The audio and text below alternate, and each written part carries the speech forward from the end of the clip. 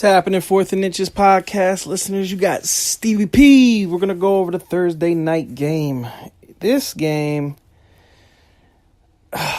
man, this is going to be a rough one, guys.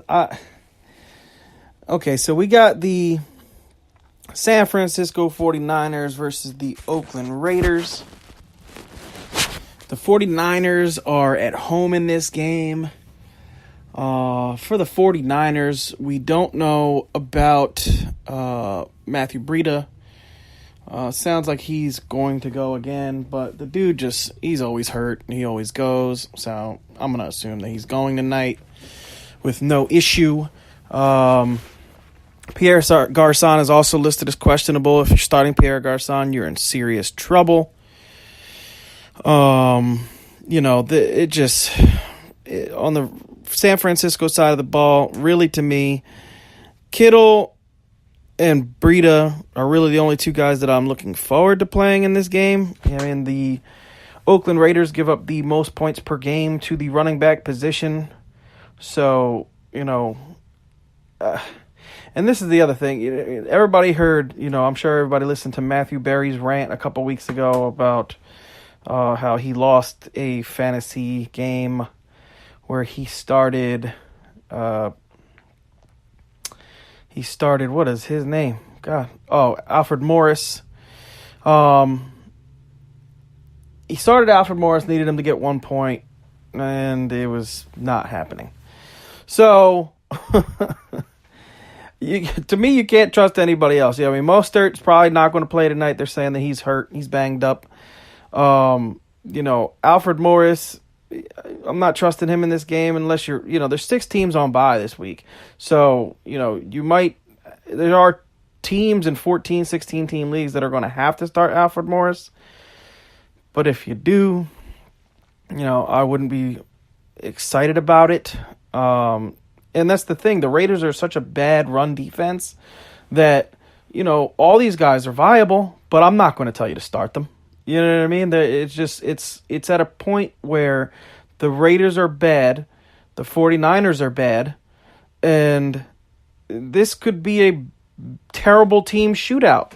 We saw a couple years ago, I want to say last year, maybe week 2 or 3, we all assumed, because the prior year, the St. Louis Rams at the time, or no, was it LA Rams? It might have been LA. Anyway, that they were so bad the year before, we all assumed they were just going to be terrible again. And they weren't. They were good, but the 49ers still put up whatever it was. I think it was a really high-scoring game. I want to say it was 33-38 or something. The final, it was like a really high-scoring game. Todd Gurley went off and Carlos Hyde went off, and it was just the whole bunch of people just went off. So it could be a terrible game, two terrible teams just that can't stop each other. Beathard seems to be healthy enough to play tonight. If Beathard is out, for some reason, keep your eye out on that. If Beathard is out, I love Doug Martin this week. I feel like they don't have, the 49ers have zero chance of scoring many points at all. And, you're going to see a whole lot of Dougie fresh in the second half.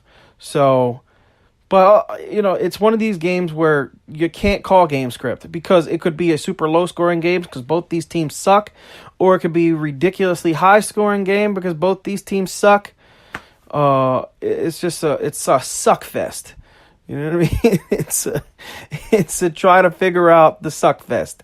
And I have come to the determination that I will not be calling game script any further ever again. You will never hear me say, oh, this team is going to get completely blown out and, play this guy because they're getting blown out, because I don't know what the game script is going to be. You never know, turnovers and, sacks for fumbles that lead to touchdowns happen, and it screws game script up. So there's no way for me to tell you game script. I'm just going to stay away from that. I'm going to tell you that there is the possibility for either one happening. You know what I mean? The probability is this game is just not that great for fantasy, but you know what I mean, you're starting the guys that you would start anyway. You know what I mean, you're going to start Doug Martin regardless of game script, because Doug Martin you probably picked up off waiver wire and you're super excited to have him because there's nothing on the waiver wire running back wise. So you're going to start him if you picked him up. Matt Breida, you're going to start him if he's playing because he's going to be out, but you know, it's likely that he's going to end up getting injured during the game, but the Raiders are so terrible on stopping the run that even if he plays till the half, he could get 50 yards and a touchdown. So it's one of those things where you're going to play Matt Breida if you need him. If you have a better option, I would go with that. But if you have Matt Breida, you know, he's a number 2 running back. He's a low-end number 2 running back, and you don't sit low-end number 2 running backs. It is what it is, especially with 6 teams on bye week. So it's one of the games where I like the running backs on either side. Jalen Richard is another one that's just, to me, he's game script dependent. You know what I mean? If the Raiders are winning by a lot, Jalen Richard's probably not going to do too much. But if the 49ers somehow jump out to a big lead, Jalen Richard is going to be good.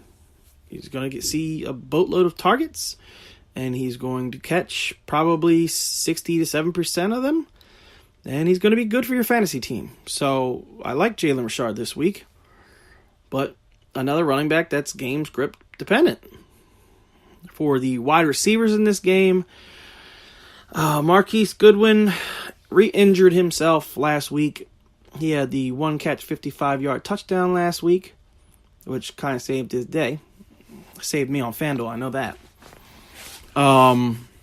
But, you know, for the rest of the 49ers receivers, other than, you know, Goodwin, I don't know who you can start. You know, Kittle obviously is a must start. He's just been great this year. But other than that, I don't know who I have confidence starting. And if you're having to start a 49ers receiver other than, you know, Marquise Goodwin, you are hurting. On the Raiders side of the ball, Jordy Nelson. Okay, so last week I said something on I believe it was the Fantasy Life app, that I did like Jordy Nelson last week. Every metric said that Jordy Nelson was going to be good last week. You know what I mean? And I'm not talking about I can't even speak, guys. I'm not talking about, you know, the way the game flow was going to go. You know, he was facing one of the worst corners in football last week. He became the basically number 1 guy for the Raiders after Amari Cooper was shipped out of town. You know, and in the game last week, if you really watch the game, the tight ends were, you know, Cook was just heavily targeted.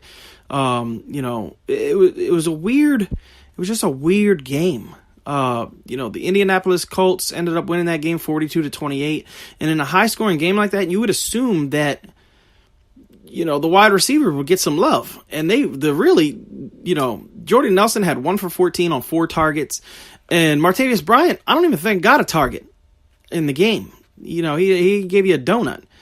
But everything, you know, with the metrics being what they were, you know, the matchup was great for Jordy Nelson. He just wasn't seeing any targets. He got 4 targets, only caught 1.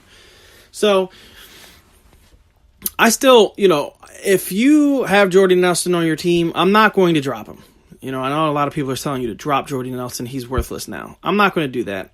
I don't think Jordy Nelson is great, but we have another week, you know, not next week. Next week is 4 teams on a bye, but the week after is another 6-team bye week, you know, and you might need Jordy Nelson to play.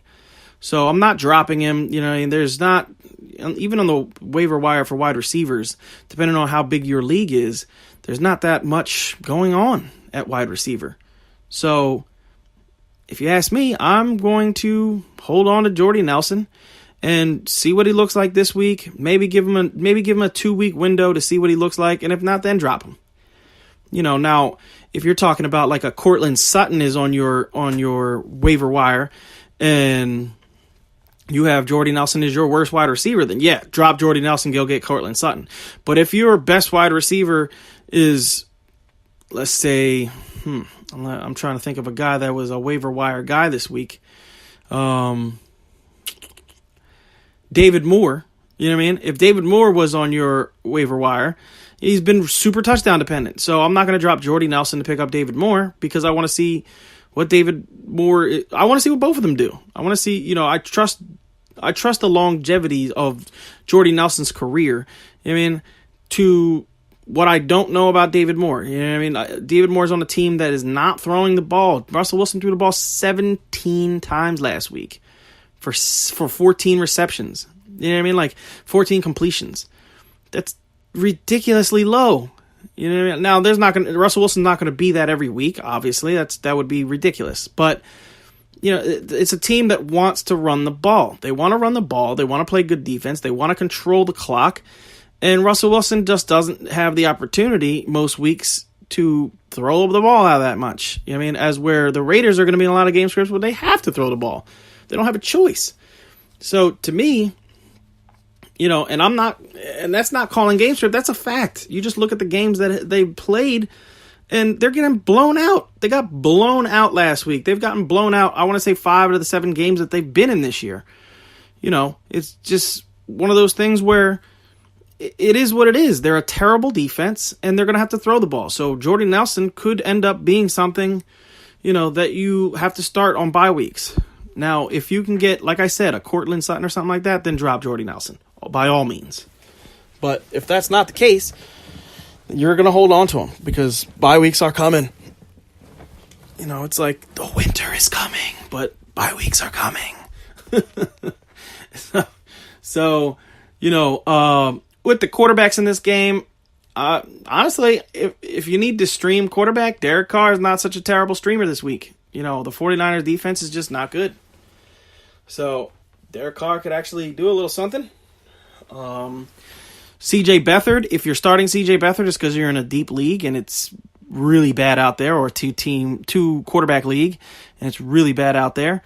But CJ Beathard has had games this year that he's been all right, so he could be all right this week.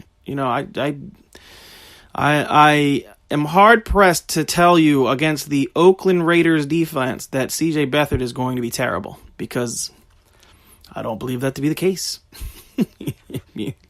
I don't think he's going to be a top 5 quarterback. I don't even think he's going to be a top 12 quarterback, but he could.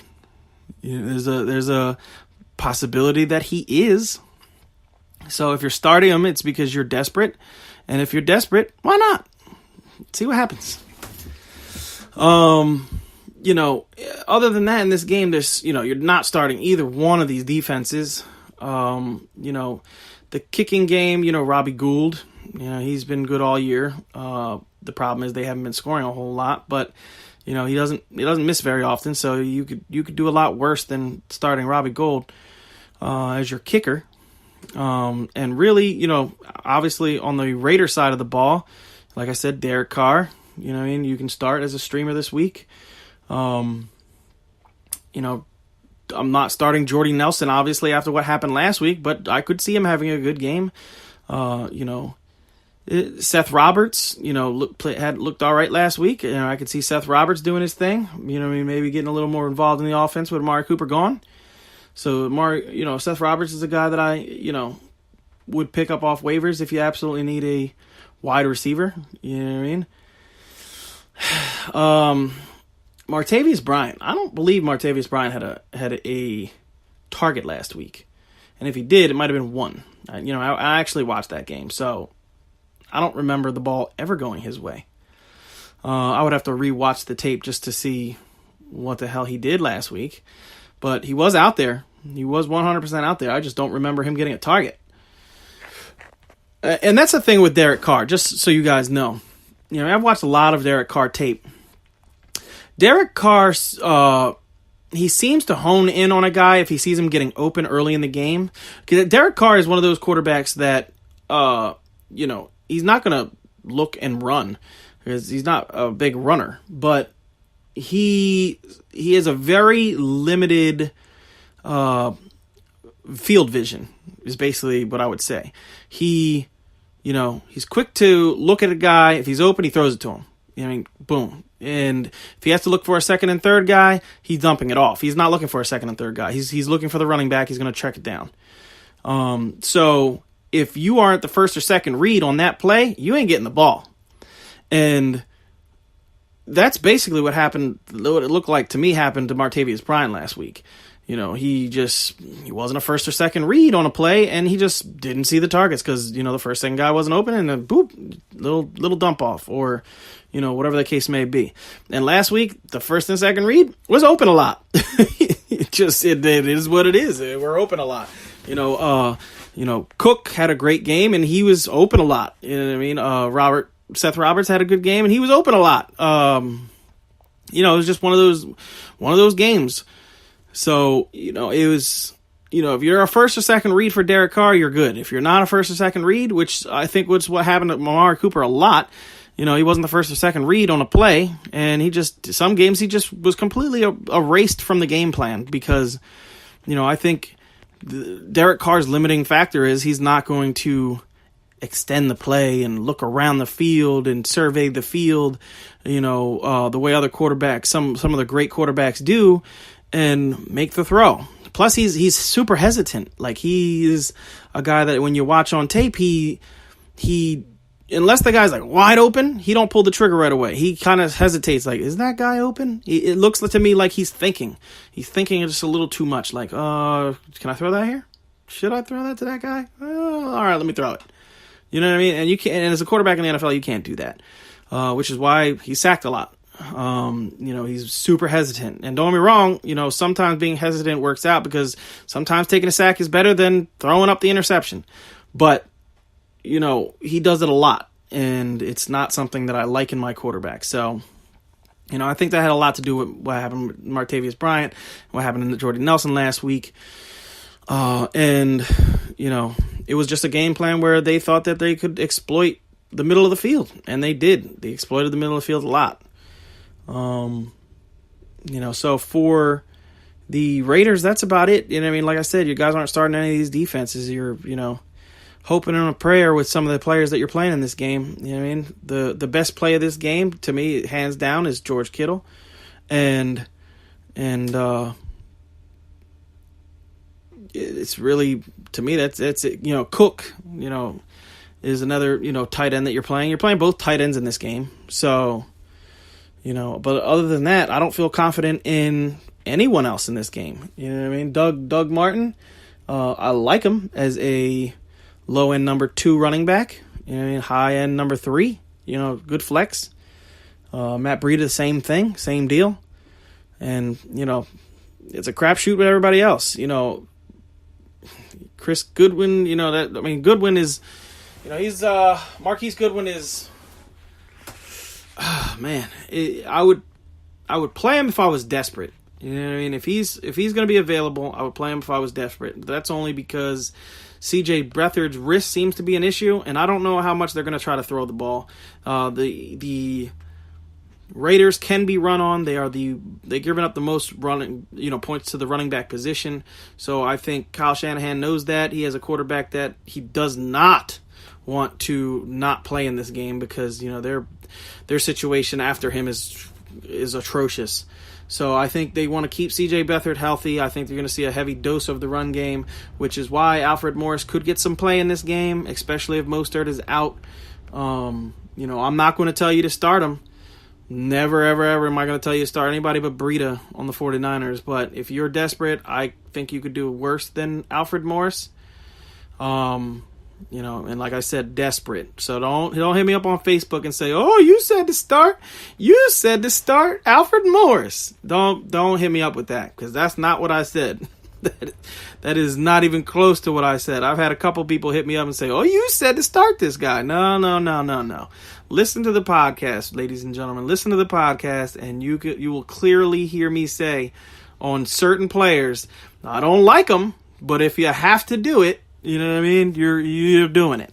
So, Alfred Morris is definitely in that category this week. So, good luck to you guys this Thursday night, the Thursday night after Halloween. Happy Halloween, everybody. We are going to be back, either me and Kevin tonight, or just me by myself tomorrow. We will figure that out, and we are going to talk, do some trade questions, because the trade season is almost up here. It finishes at the end of this week. So do some trade questions, do some start-sit questions and things like that, and just get a podcast in so you guys can hear both of our voices. And we have been slacking a little bit, guys. I will be the first to admit it. I have been heavily on the Fantasy Life app. So if you guys, follow me on the Fantasy Life app at 4th and Inches FFPC. It's 4th and Inches with the number 4, TH, Inches FFPC. And 4th and Inches podcast. Listeners, we are happy to answer any of your start-sit questions on the Fantasy Life app. Just hit us up, and we'll be more than glad to do that for you. So, for this podcast on the terrible Thursday night game that we hope is a bonanza. I hope it's a 40-point game for both teams, honestly, because it would be more exciting to watch than what I have a feeling is going to happen tonight. So let's see what happens. No calling game script, ladies and gentlemen. Just play the guys that you think are good, and let us know how we did. Peace out, y'all. Let's get it.